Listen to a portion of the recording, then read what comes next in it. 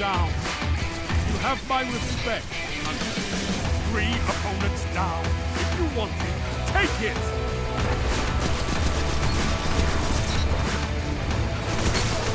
2 for 1. 5 minutes. Yes! 3 down! Look at them fall!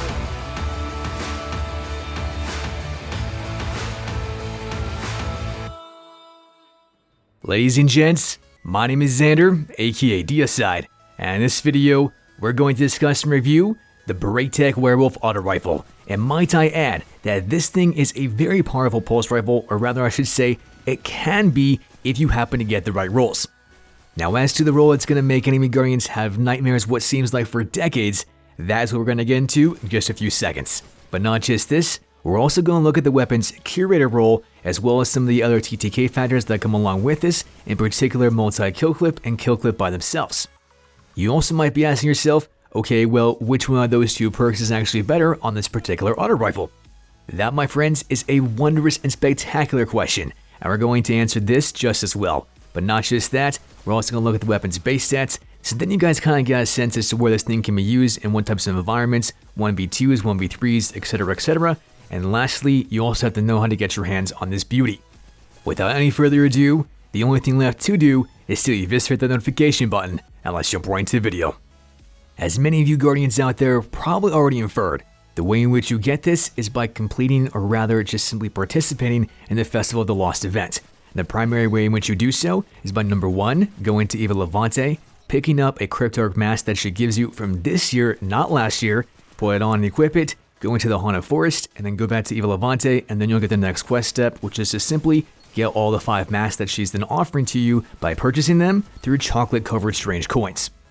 The logic and reasoning behind this is because the only way in which you can actually acquire the curated version of this weapon is by collecting all 5 of those masks, which then unlocks a triumph, and that then allows you to buy the curated version of the weapon. I won't lie to you, my friends, this was the definition of a grind, and it's just because you're doing the same garbage over and over and over again. But nonetheless, you have to do it if you want to get the weapon. And so now you're probably asking yourselves the question, is it really worth that grind? The answer to this question is both yes and no, and we'll get into more of that in just a few seconds. But before we go any further, you also have to know that once you unlock the curated version of this by completing that triumph, then all you have to do to get the random rolls of this thing is by buying them from Eva Lavante once again for approximately 150 candy, along with a few other things. Personally, I did this myself and bought 2 random rolls, and oh my gosh, RNG was 110% on my side, because I got the definition of a god roll, and might I add that thing is a complete devastating, eradicating, and obliterating beast in the Crucible. But before we can see that, I want to show you the curated version of it.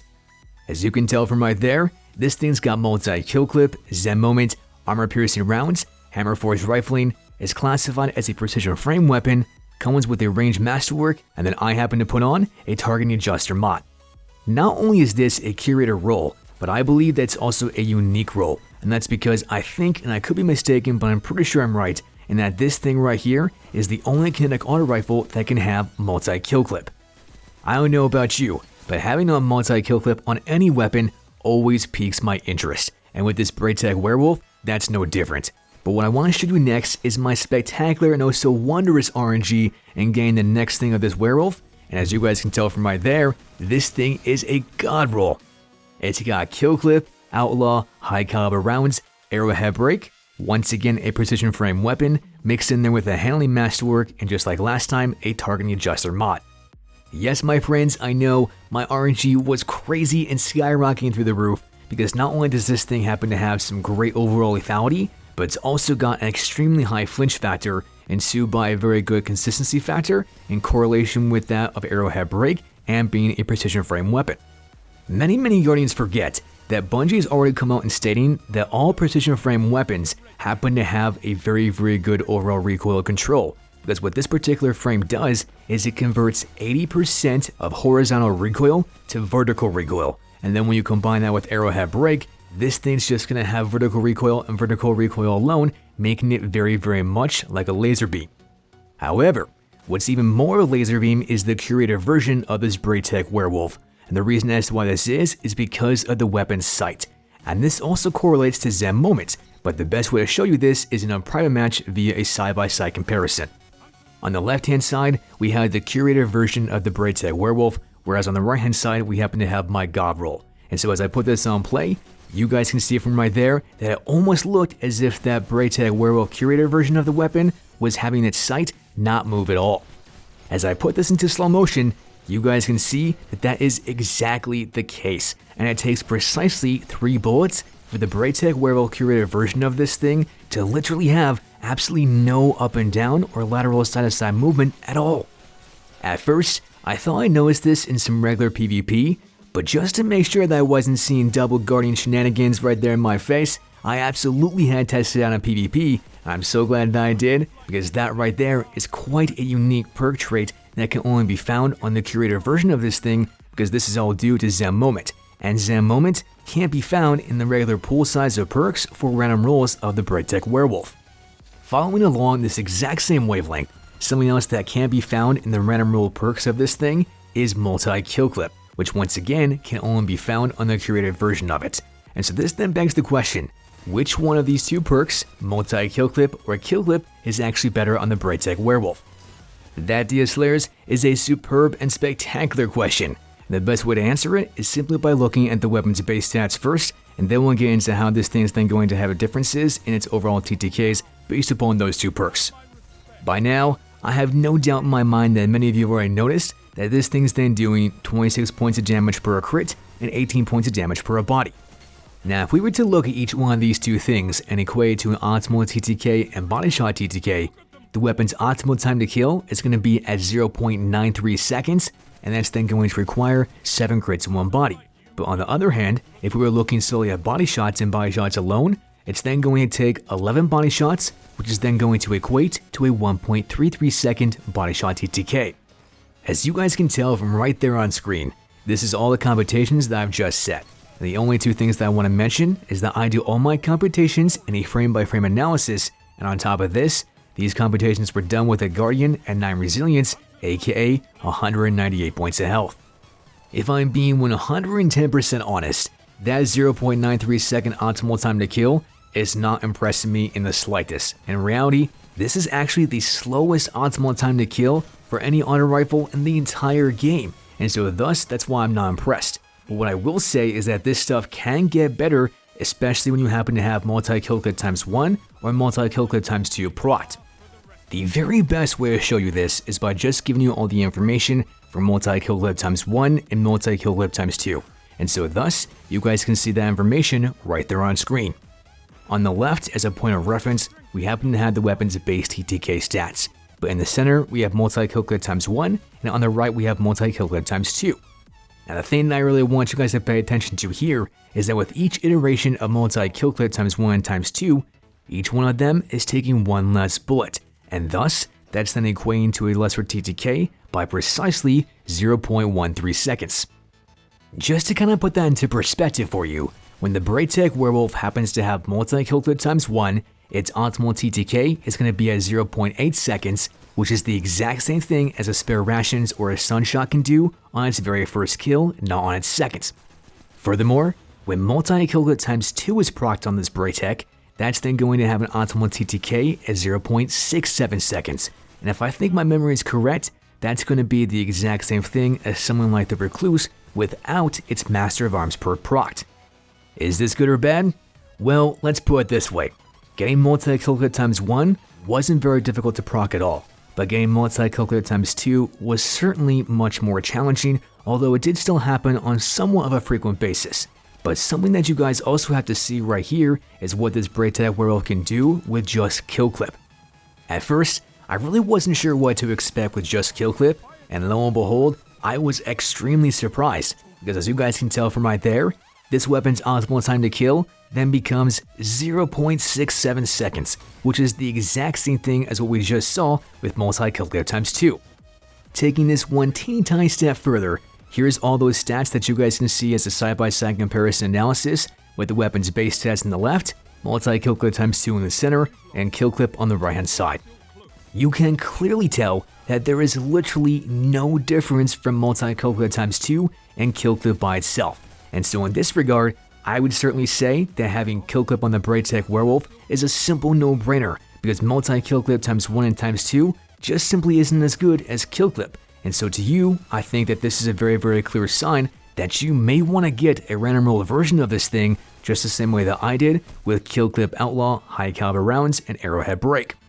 Having said that, I want you all to take one step back, and before you make that decision, think about how each one of these two weapons is functioning in terms of their overall effective range.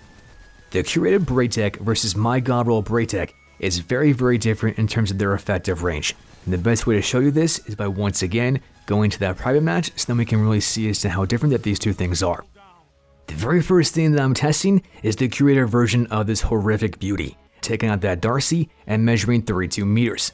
As I do so, we see what's expected of that 26 points of damage per crit. But then once again I take out my Darcy, measure 33 meters, but this time around we happen to see 25 points of damage per crit. With this knowledge, I then swap to my Godroll version of this thing, and once again I take out that Darcy, measure out 29 meters, and just as expected, I get that 26 points of damage per crit. Moving back only one more meter and measuring that with my Darcy to be at 30 meters, I then see that the damage fall-off is now 25 points of damage per crit.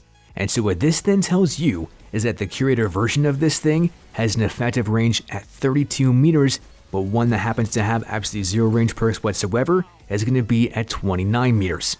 That's only a 3 meter difference. And so is this a lot? Maybe to some it is, maybe to some it's not. But to me, I find it almost negligible, especially because these things take a lot of bullets to actually down somebody, or rather I should say a consistent amount of bullets to down somebody, and that's then going to mean that the type of engagement that you're going to face somebody in is constantly changing. Just so that we can kind of conceptually see as to how different that these ranges are, what I want to show you next is the weapons base stats, and we can see this in a side-by-side comparison analysis right there on screen.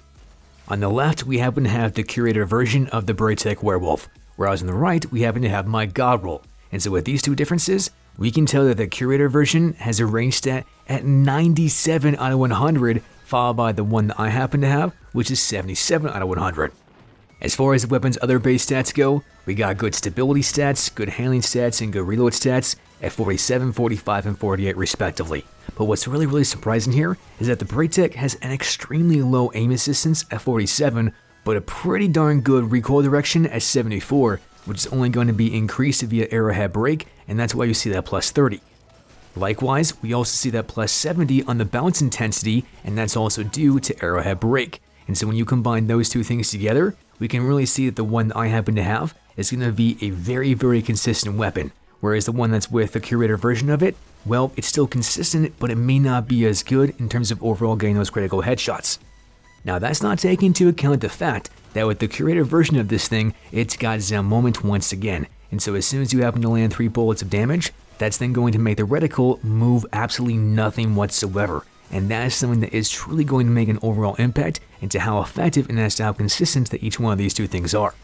Speaking of consistency, you might be looking for a different role that's going to have even more consistency than the ones that I happen to have myself or what the Curator version can offer, and yet at the same time, you might be looking for someone that's going to make enemy guardians a little bit salty. And so in this respect, we gotta know what other perks can roll on this thing, and so as you guys can tell, that's all the perks right there on screen. In that first column of perks, we happen to have Arrowhead Break, Chamber Compensator, Corkscrew Rifling, Fluid Barrel, Hammer Forge Rifling, Polygon Rifling, and Small Bore. Following this is the second column of perks, and here we happen to have Armor Piercing Rounds, High Caliber Rounds, Ricochet Rounds, Flare Magwell, and Light Mag. Last but not least, we happen to have our final two columns of perks.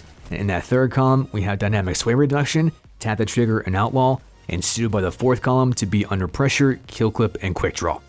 Now I know I tossed a ton of perks out there in a very short amount of time, and so the main thing that I want you to take away from all these perks is that what you're looking for is something to increase the weapon's overall lethality, or to increase the weapon's consistency, or to increase both of those two things at the exact same time.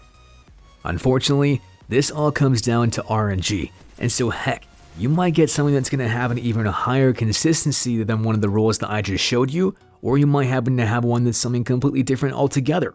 And so rather, what I want you to think about is how each one of these perks is then going to synergize with the others. But as to whether or not the Curator version of this thing is better than the RNG role that you happen to get, That's entirely up to you and your personal playstyle. For me personally, I can definitely say that there is no doubt in my mind that the one that I happen to get with Outlaw, KillClip, Arrowhead Break, and high caliber rounds is far, far better than that of the Curated version, but that's entirely just me, so let me know what you guys think about that down in the comment section below. Is this thing worth the grind to get? Are you going to try and get that Curated version of it, or are you going to try and get a different version of it via RNG and see what the cards hold? No matter what you guys decide, you always know that I'm going to respect your opinions, and that is something that I can guarantee. Lastly, be sure to watch the newest, check the latest, and share, comment, like on social media because you are the greatest. That's pretty much all I've got for you as of right now, Diaslayers. And as always, GG TNT.